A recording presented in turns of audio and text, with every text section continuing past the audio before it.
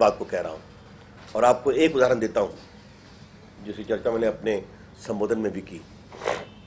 आज से 20 दिन पहले राजकुमार चौहान दिल्ली सरकार के मंत्री हैं, बहुत छोटे मंत्री हैं। उनके खिलाफ वहां के लोकायुक्त ने, राजकुमार चौहान है मंत्री का नाम, वहां के लोकायुक्त ने जांच की और पाया कि इन्होंने बिक्री कर की वसूली में एक सरकारी पदाधिकारी को धमकाया है एक निजी ब्लैक लिस्टेड कंपनी के पक्ष में, इसलिए इनको मंत्री पद से हटाया जाए। एक सीधा भ्रष्टाचार का मामला था। केंद्र सरकार ने गृह मंत्रालय से एक मिली भगत वाली रिपोर्ट भिजवाकर राष्ट्रपति जी से लोकायुक्त की अनुशंसा को रिजेक्ट करा दिया। तो मतलब ये छोटे मंत्री को भी बलिदान नहीं कर सकते करप्शन के बिना पर, ये प्रमाण है। तो कांग्रेस कभी करप्शन के खिलाफ कार्रवाई करेगी और जागृति करेगी, इससे बड़ा मजाक कोई हो नहीं सकता। What is the stand of BJP for including Prime Minister and higher judiciary in the ambit of Lokpal? We have very categorically stated we don't know what is the government position. We have a position. I want to make it very clear to you. But in order to give any comment of ours, there has to be a basic draft before us. आपको मालूम है कि So do you want these offices to be in the ambit of Lokpal? You know, Vajpayee ji said कि the PM should be there. आपको मालूम वो prime minister थे। लेकिन मैं आपसे फिर कह रहा हूं कि आप लोग जो लोग भी हैं सदन के अनुभव को जानने वाले, यहाँ भी विधायक लोग बैठे हैं, सरकार एक प्रारूप लेकर आती है, उस प्रारूप पर सदन में चर्चा होती है, सदन में चर्चा होने के बाद वो संशोधन होता है, बिल पास होता है। अभी आपको मालूम है कि कपिल सिब्बल ने साफ साफ कहा है कि हम लोग जो बैठे हुए हैं ड्राफ्टिंग कमेटी में वो सरकार के नुमाइंदे नहीं है, हम मंत्री हैं जो ड्राफ्टिंग कमेटी के मेंबर हैं। श्रीमान वीरप्पा मोइली कानून मंत्री कह रहे हैं कि कानून तो हम बनाएंगे, ये लोग का काम खाली इनपुट देना है। तो हम किसकी बात माने? प्रधानमंत्री ने आज कुछ नहीं कहा। अभी तक विपक्ष से कोई बातचीत नहीं हुई है लोकपाल के विषय पर। 3 तारीख को पहली मीटिंग है। अब हम देखते हैं सरकार क्या रुख लेकर के आती है, सरकार का बेसिक ड्राफ्ट क्या है। तो लोकतंत्र में कानून बनाने का अधिकार सरकार का होता है, सरकार कानून बनाने की पहल करके आती है। अभी सरकार का मोटा ड्राफ्ट क्या है ये भी हमें पता नहीं। सर, बार-बार राहुल जी को प्रधानमंत्री बनाने की बात आ रही है। आपने भी स्पीच में कहा था कि एक बार बना देना चाहिए था कि जनता को पता लगे कि राहुल जी क्या कर रहे हैं। क्या कहना? देखिए, मैंने कांग्रेस के राजनीतिक दशा की मजबूरी और दिवालियापन पर सवाल उठाए थे। स्पीच में आपने कहा, तो आप फिर कह रहा हूं कि भाई हर 6 महीने में एक कोरस उठता है ना, उठता है। और भारत के प्रधानमंत्री मनमोहन सिंह है, तो भारत की छवि क्या जाती है? ठीक है, देश बनी। भाई वो कहते हैं कि बहुत लोकप्रिय है, अपार सरस्वती का आशीर्वाद है इनके ऊपर, संभावना है। तो हम तो यही कह रहे हैं कि उनको तो प्रधानमंत्री बनने के लिए कुछ नहीं करना है, एक सज्जन को कुर्सी से उठाना है, अपने बैठ जाना है, तो बन जाए। देश भी देखे कितनी क्षमता है उनमें। सर, चाइनीज कंपनी हाई के साथ Indian Institute of Science Bangalore में टेलीकॉम लैब का एमओयू साइन किया है, और जो इंटेलिजेंस है, Indian intelligence, this is a very serious matter, it has been brought to our notice. इस संबंध में भारत सरकार को पूरी जांच करके कार्रवाई करनी चाहिए।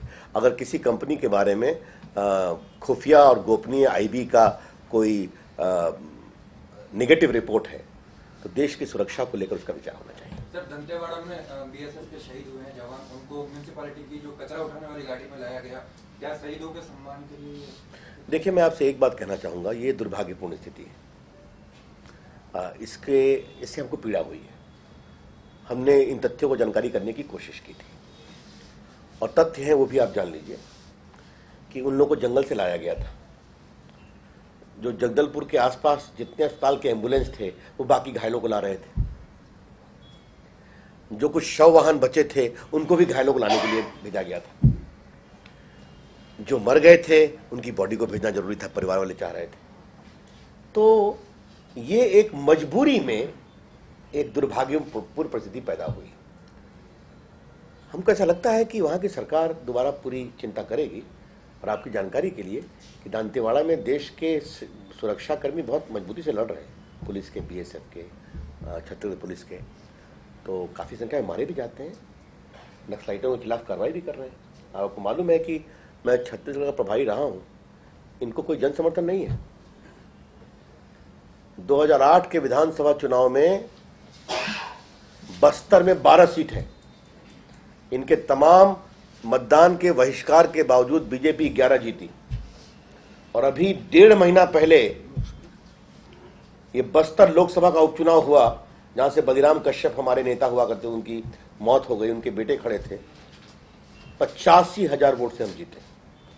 तो आप देख रहे हैं जनता किधर है। लेकिन हाँ, ऐसी घटना दोबारा नहीं होगी, इसकी शासन चिंता करेगा। सर, देश में महंगाई है, भ्रष्टाचार है, बिल्कुल सही बात है, लेकिन विपक्ष को देखा गया है कि वो अपनी आक्रामक मुद्रा में नहीं है। पहले ये होता था कि विपक्ष मुद्दा उठाता था और मीडिया उसका अनुसरण करती थी। अब होता है कि मीडिया वो मुद्दा ढूंढ के लाती है और विपक्ष उसको फॉलो करता है। तो क्या देश के लिए अच्छी बात है, लोकतंत्र के लिए खासतौर? मेरे ख्याल में आपके इस विश्लेषण से मैं सहमत नहीं हूँ। आपको मैंने पहले बताया कि पूरे काले धन का विषय, स्विस बैंक का विषय आडवाणी जी ने उठाया 2009 में। महंगाई को लेकर अरुण जी और हम लोग कितनी बार जेल जा चुके हैं, ये आप इनसे पूछ लीजिए। ऐसी बात तो नहीं है। मैं पटना में 2 बार जेल जा चुका हूँ, ये भी गए हैं, लाठी का है, लाखावत जी गए हैं। ये संघर्ष हमारे देश में चलता, उन्होंने बंद तक किया है। तो हम संघर्ष करते हैं। जो भ्रष्टाचार का विषय है, पूरा हमारा राष्ट्रीय बीजेपी मीडिया सेल और दिल्ली भाजपा राष्ट्रमंडल खेल को लेकर कितना एक्सपोज करती रही है। 2G पर 2009 में राज्यसभा में अरुण जेटली और मैंने, और राष्ट्रमंडल खेलों पर लोकसभा में सुषमा जी ने विषय उठाया, सरकार ने ध्यान नहीं दिया। ऐसा नहीं है, हम करते रहते हैं। ये सरकार की चमड़ी बहुत मोटी है, लेकिन हम संघर्ष करते रहते हैं। लेकिन जब कांग्रेस ने सवाल किया भ्रष्टाचार के मुद्दों को लेकर, तो आपके जो है वो कर्नाटक सरकार पे निशाना साधती है। येदियुरप्पा पे बहुत सारे जो है भ्रष्टाचार के आरोप है।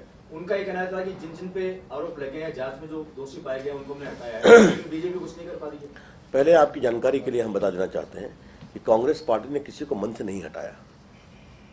मैंने अपने भाषण में एक बात का जिक्र किया, ये तथ्य आप जान लीजिए कि 21 अक्टूबर 2009 को 2G में सीबीआई की इंक्वायरी हुई और प्रधानमंत्री ने 26 नवंबर 2009 को उनको निर्दोष बताया। जुलाई 2010 में उनको निर्दोष बताया। जब मामला सुप्रीम कोर्ट में गया, सदन के अंदर हम लोगों ने सख्त स्टैंड लिया तो हुआ। जहाँ तक कर्नाटक का सवाल है, कर्नाटक में लोकायुक्त की एक रिपोर्ट भी अभी तक नहीं आई है येदियुरप्पा सरकार के खिलाफ। और ये बात मैं पूरी जिम्मेदारी से कह रहा हूँ, एक रिपोर्ट नहीं आई है। एक मंत्री मिस्टर नायडू थे, उनके खिलाफ FIR हुआ था, उनको हटा दिया गया। अगर ऐसी कोई रिपोर्ट आएगी तो हम कार्रवाई करेंगे। और आपकी जानकारी के लिए भी जान लीजिए, आप माइनिंग की बात आती है तो सुप्रीम कोर्ट ने अभी कई माइनिंग को बंद किया है। इसमें 19 माइन जो बंद किए गए हैं, ये सारे माइन्स कांग्रेस की सरकार ने दिए थे अपने परिचित और मित्रों को। और जो 99 माइन्स की इंक्वायरी करने को कहा है, ये सारे माइन्स कांग्रेस के लोगों ने दिए थे। तो ये भी सच्चाई है। हाँ, ऐसा है कि वो बोलते रहते हैं, लेकिन कई बार तथ्यों की, हाँ मुझे मालूम है कि अगर लोकायुक्त का कोई अनुशंसा आएगी तो कार्रवाई करेंगे। येदियुरप्पा तेलंगाना सरकार येदियुरप्पा सरचार्ज में लगा पाएगी, जो 1,000 रुपये की बात कही गई थी, माइन से निकले हुए ट्रकों पर 1,000 सरचार्ज लगेगा। रेड्डी बंधुओं का पैसा जितना है कि काफी जी नहीं, कुछ कोर्ट से इंटरवेंशन, कुछ कोर्ट से। और रेड्डी बंधुओं के बारे में एक बात जान लीजिए, मैं वहाँ उनको डिफेंड करने नहीं बैठा हूँ। उनका व्यापार का मामला है, कुछ मामला कोर्ट में है, जो भी हो करेंगे। लेकिन रेड्डी बंधुओं का एक माइंस छत्तीसगढ़ में नहीं है, कर्नाटक में नहीं है, सब आंध्र प्रदेश में है। आंध्र में तो है। पैसा लेकर के सारी चीजें जो 1,000 रुपये सरचार्ज की बात हो रही है, सरकार उसको भी फॉलो नहीं कर पा रही। नहीं, उस मामले में कुछ कोर्ट के इंटरवेंशन हुए हैं, लेकिन इतना ही मैं आपको बताना चाहूँगा। कम्युनल वायलेंस एक्ट एक मिनट, थोड़ा सा मैंने बहुत से लोग जो मेरे मीटिंग में नहीं होंगे, मैं उनको एक बात जरा बताना चाहूँगा कि देखिए, ये सरकार जो कह रही है कि पेट्रोलियम प्रोडक्ट को दाम बढ़ाना जरूरी था क्योंकि काफ़ी वित्तीय हालत खास्ता है पेट्रोलियम कंपनी की। ये देखिए, ये इंडियन ऑयल कॉरपोरेशन का स्टेटमेंट ऑफ अकाउंट है, ऑडिटेड, बिल्कुल ऑडिटेड अकाउंट है। इसके मुताबिक मैं यहाँ से पढ़ रहा हूँ, सीरियल नंबर 13 पर नेट प्रॉफिट, इनको 31 मार्च 2011 को 8,085 करोड़ का प्रॉफिट हुआ है और 31 मार्च 2010 को 10,998 करोड़ का प्रॉफिट हुआ है। तो ये कहना कि लॉस में है, ये तो गलत है। दूसरा देखिए, ये हिंदुस्तान पेट्रोलियम है, इनका भी लेटेस्ट वेबसाइट पर है, 1,703 करोड़ का प्रॉफिट उनको हुआ है 31 मार्च 2011 को और 1,476 करोड़ का प्रॉफिट हुआ है 31 मार्च 2010 को। बीपी का भी वही हाल है, भारत पेट्रोलियम का, उनको भी प्रॉफिट है। और मैं जब ONGC का दिखा दूं, ओएनजीसी को तो कमाल हुआ है, उनको प्रॉफिट सबसे अधिक हुआ है। हाँ, ओएनजीसी को 22,000 करोड़ का प्रॉफिट हुआ है। ओएनजीसी का प्रॉफिट है 2011 में 22,455 करोड़ और 2010 में है 19,405 करोड़। तो ये जो कहा जा रहा है कि कंपनियों को बहुत घाटा हो रहा है, इसका कोई तर्क नहीं है। मैंने बार बार कहा था ये सारी सच्चाई जनता के सामने आनी चाहिए। ये अन्ना हजारे जी ने जो प्रारूप आप लोगों को बताना, विपक्षी सभी लोगों को, उस पर आपकी क्या प्रतिक्रिया है? अन्ना हजारे के 3 लोग आडवाणी जी से मिले हैं, उन्होंने अपना मोटा ड्राफ्ट रखा है, लेकिन हमारी एक समस्या है, उनको पूरा सम्मान से दिया है, हम लोग और उनसे बात करेंगे, लेकिन अन्ना हजारे के ड्राफ्ट से कानून नहीं बनता। कानून बनेगा जो सरकार अपना ड्राफ्ट लेकर के आएगी। ये देश के संसद की कानून की प्रक्रिया है। 3 जुलाई को मीटिंग होने वाली है ऑल पार्टी, हम देखते हैं सरकार क्या लेके आती है।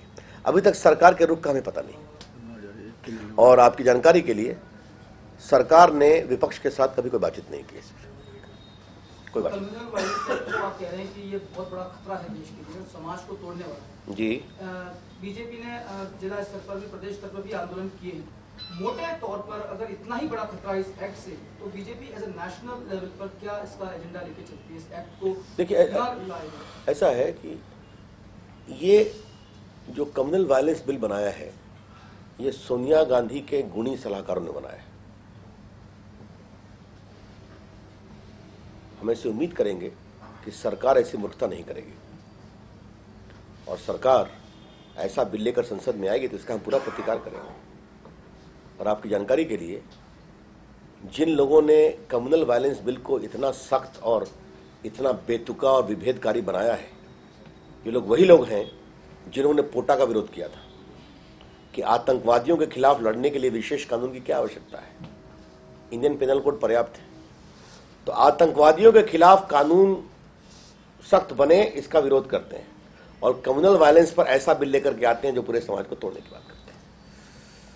और कोई सवाल?